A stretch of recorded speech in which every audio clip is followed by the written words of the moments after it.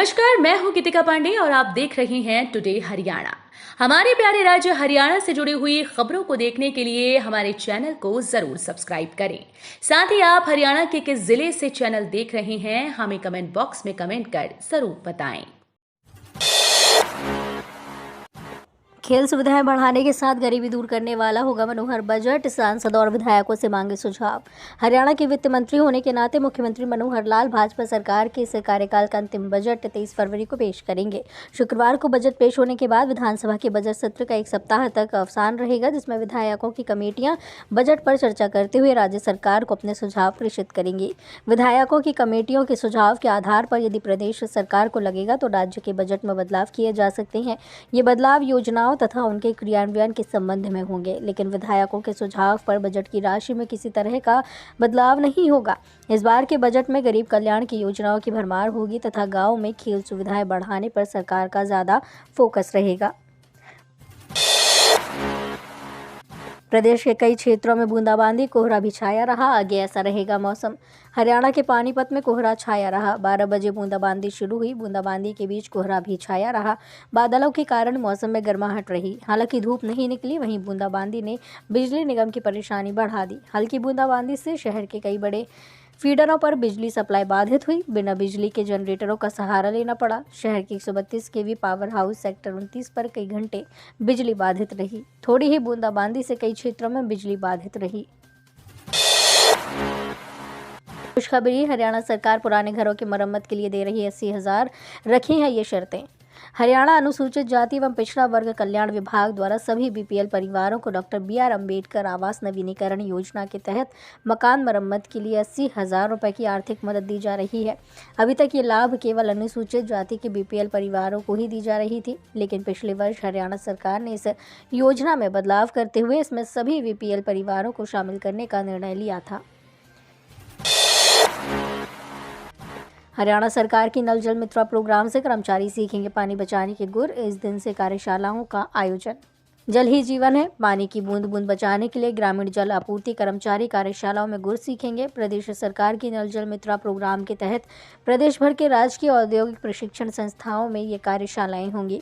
प्रथम चरण में जिला स्तर पर ITI के अनुदेशक प्रशिक्षण देंगे और पहले बैच में 30 से 40 कर्मचारी शामिल होंगे। प्रदेश में ये कार्यशाला 1 फरवरी से 10 फरवरी तक रहेंगी। ये training skill development and industrial training department Haryana द्वारा चलाई जा रही हैं। हरियाणा में 22 आयुष योग इंस्ट्रक्टरों की होगी भर्ती। HKRNL से भरे जाएंगे पद। सीएम मनोहर लाल ने गृह मंत्री अनिल विज के प्रस्ताव को दी मंजूरी। हरियाणा के गृह, स्वास्थ्य एवं आयुष मंत्री अनिल विज ने कहा कि सार्वजनिक हित को देखते हुए जल्द ही 22 आयुष योग निरीक्षकों कोचों की भर्ती हरियाणा कौशल रोजगार निगम के माध्यम से की जाएगी। इस संबंध में मुख्यमंत्री मनोहर लाल ने अपनी मंजूरी प्रदान कर दी है। इस बारे में जानकारी देते हुए विज ने बताया है कि 22 आयुष योग इंस्ट्रक्टर के पदों को मंजूरी मिल चुकी है और इनकी नियुक्ति के नियमों को आयुष विभाग द्वारा हरियाणा राज्य कर्मचारी चयन आयोग को भी भिजवा दिए गए हैं। हरियाणा योग आयोग द्वारा इस संबंध में एक प्रस्ताव तैयार करके आयुष मंत्री को भेजा गया था। इस प्रस्ताव को आयुष मंत्री द्वारा मुख्यमंत्री से स्वीकृति के लिए आकृषित किया है और इस पर मुख्यमंत्री ने अपनी स्वीकृति प्रदान कर दी है। हरियाणा में अस्थायी मान्यता प्राप्त स्कूलों को राहत। 10वीं 12वीं के परीक्षार्थी दे सकेंगे परीक्षा। आवेदन के लिए HBSE ने 9 फरवरी तक खोली साइट। हरियाणा विद्यालय शिक्षा बोर्ड ने बुधवार को सेकेंडरी व सीनियर सेकेंडरी वार्षिक परीक्षा मार्च 2024 के लिए अस्थायी मान्यता प्राप्त प्राइवेट स्कूलों के परीक्षार्थियों के ऑनलाइन आवेदन पत्र के लिए साइट खोल दी। अब 7 फरवरी तक बिना किसी लेट फीस के आवेदन बोर्ड की वेबसाइट पर भरे जा सकेंगे। बता दें कि इससे पहले अस्थायी मान्यता प्राप्त स्कूलों को सरकार की ओर से फॉर्म अप्लाई करने की इजाज़त नहीं दी गई थी। इससे हज़ारों बच्चों के भविष्य पर तलवार लटकी हुई थी। ये 1200 के करीब वे स्कूल हैं जिनको हर साल मान्यता के लिए सरकार के रहमो करम पर रहना पड़ता है। इनमें लाखों बच्चे पढ़ते हैं। चंडीगढ़ मेयर इलेक्शन पर सीएम का आप कांग्रेस पर हमला। मनोहर लाल बोले, नाच ना जाने आंगन टेढ़ा, INDIA के पास जनमत नहीं। चंडीगढ़ मेयर चुनाव को लेकर आप कांग्रेस द्वारा लगाए गए आरोपों पर हरियाणा सीएम मनोहर लाल खट्टर ने कहा, नाच ना जाने आंगन टेढ़ा, जनमत उनके साथ नहीं, इसलिए बीजेपी का मेयर बना है। जब एक बार भारतीय जनता पार्टी का विचार आम आदमी के मन में आता है तो वो जल्दी नहीं निकलता। दिल्ली के मुख्यमंत्री अरविंद केजरीवाल पर सीएम ने निशाना साधते हुए कहा कि वो हमारी चिंता छोड़ दें, राजनीति करते रहें, उनको अपनी छाप छोड़ने के बजाय जनता नकार दे तो अच्छा है। सीएम ने ये बयान चंडीगढ़ से जनशताब्दी ट्रेन से कुरुक्षेत्र के लिए रवाना होने से पहले दिए। सिंचाई विभाग के तृतीय और चतुर्थी श्रेणी कर्मचारी भी बन सकेंगे। जेई और एएसजीई पूरी करनी होगी ये पात्रता। हरियाणा में सिंचाई एवं जल संसाधन विभाग में कार्यरत तृतीय और चतुर्थ श्रेणी कर्मचारी भी कनिष्ठ अभियंता या फिर अपर उपमंडल अभियंता बन सकेंगे। जेई के 85% पदों पर सीधी भर्ती होगी, जबकि 5% पर चतुर्थ श्रेणी और 10% पद तृतीय श्रेणी कर्मचारियों के लिए आरक्षित होंगे।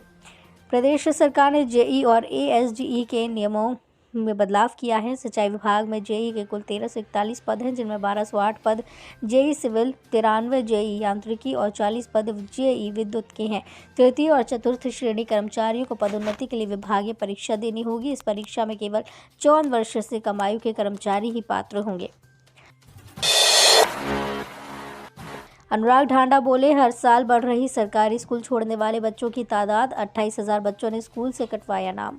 आम आदमी पार्टी के सीनियर वाइस प्रेसिडेंट अनुराग ढांडा ने सरकारी स्कूलों में बच्चों के नाम कटवाने और सरकारी स्कूल से बच्चों के हो रहे मोहभंग को लेकर भाजपा और जजपा सरकार पर निशाना साधा। उन्होंने कहा कि खट्टर सरकार सरकारी स्कूलों को बंद कर देना चाहती है। एक तरफ मर्जर के नाम पर स्कूलों को खत्म करने में लगी है, तो वहीं दूसरी तरफ बच्चों की संख्या भी लगातार घट रही है। अनपढ़ शिक्षा मंत्री ने प्रदेश की शिक्षा व्यवस्था का भट्टा बैठाने का काम किया। हरियाणा में लोगों के 7 करोड़ लेकर भागी कंपनी, बिजली बिल कमाने का लालच दे विद्युत मित्र कार्ड बेचे, ई स्कूटी के लिए इन्वेस्ट कराया। हरियाणा के सोनीपत में एक कंपनी करीब 2000 लोगों के 7 करोड़ रुपए लेकर फरार हो गई। करीब 1600 लोगों को बिजली बिल कम आने पर सब्सिडी देने का झांसा देकर विद्युत मित्र कार्ड बेचे गए। 335 लोगों से ई स्कूटी के नाम पर इन्वेस्ट कराया गया। व्यक्ति को सोनीपत जिले की एजेंसी देने के झांसे में लेकर करोड़ों रुपए ऐंठ लिए। 7 करोड़ रुपए लेने के बाद कंपनी से जुड़े व्यक्ति अचानक गायब हो गए। पुलिस ने 10 लोगों के खिलाफ धोखाधड़ी का मामला दर्ज किया है। बताया गया है कि कंपनी का ऑफिस गुरुग्राम में सोहना रोड पर सेक्टर 49 स्थित 770 7वीं मंजिल tower V1 space I touch park के पास बना है। फर्जी दस्तावेज देकर बैंक से लोन लेकर हड़पे 37,85,000 रुपए, 7 लोगों पर धोखाधड़ी का केस। हरियाणा के यमुनानगर में नकली मलकियत से संबंधित दस्तावेज लेकर कुछ लोगों ने इक्विटास स्मॉल फाइनेंस बैंक से 37,85,000 रुपए का लोन लिया। जब बैंक से लोन लिया और वो नहीं चुकाया गया तो अधिकारियों ने जिस जमीन से संबंधित दस्तावेज दिए उनकी जांच कराई। जांच में दस्तावेज फर्जी निकलने पर मामला खुला। बैंक प्रतिनिधि सज्जन कुमार ने इसकी शिकायत शहर पुलिस से की।